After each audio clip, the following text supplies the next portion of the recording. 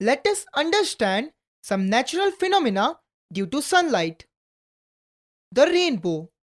Rainbow is an example of the dispersion of sunlight by the water drops in the atmosphere. This phenomenon is due to combined effect of dispersion, refraction, and reflection of light by spherical water droplets of rain. You can see rainbows only when the sun is shining behind you and it is raining in front of you. Rainbows form when sunlight shines through millions of raindrops. Sunlight is a mixture of colors. When it passes through a raindrop, it is refracted, that is bent, and the light splits and spreads into 7 colors. Sunlight is first refracted as it enters a raindrop, which causes the different wavelengths or colors of white light to separate. Longer wavelength of light, that is red, are bent the least, while the shorter wavelength, violet, are bent the most.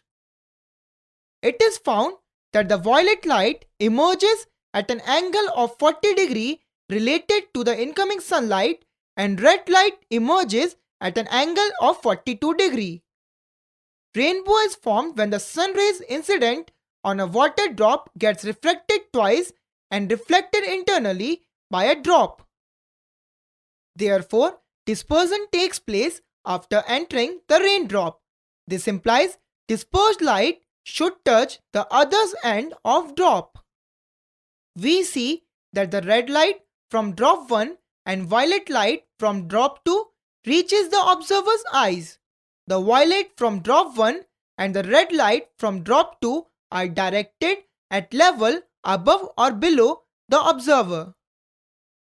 A large view of internal reflection and refraction of a ray of light inside a drop forms primary rainbow.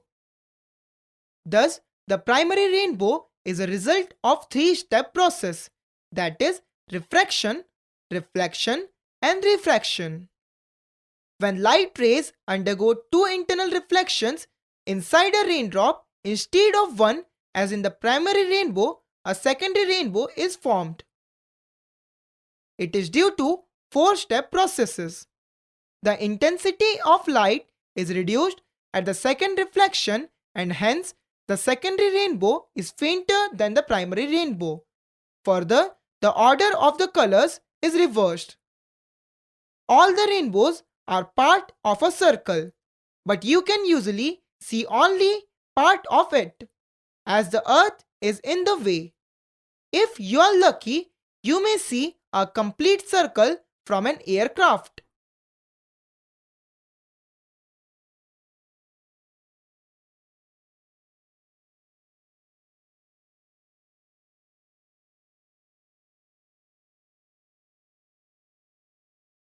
Let us understand about scattering of light. At sunset or sunrise, the sun's rays have to pass through a larger distance in the atmosphere. Most of the blue and other shorter wavelengths are removed by scattering. The least scattered light reaching our eyes, therefore, the sun looks reddish.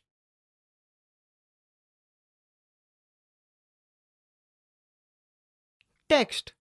As sunlight travels through the Earth's atmosphere, it gets scattered or changes its direction by the atmospheric particles.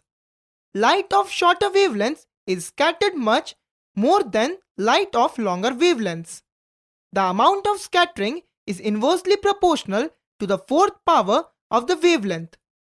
This is known as Rayleigh scattering.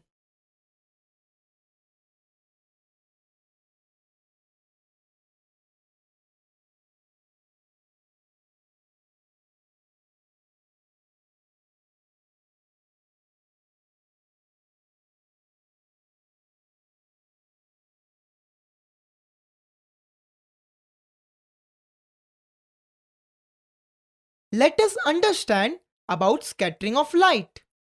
At sunset or sunrise, the sun's rays have to pass through a larger distance in the atmosphere. Most of the blue and other shorter wavelengths are removed by scattering. The least scattered light reaching our eyes. Therefore, the sun looks reddish.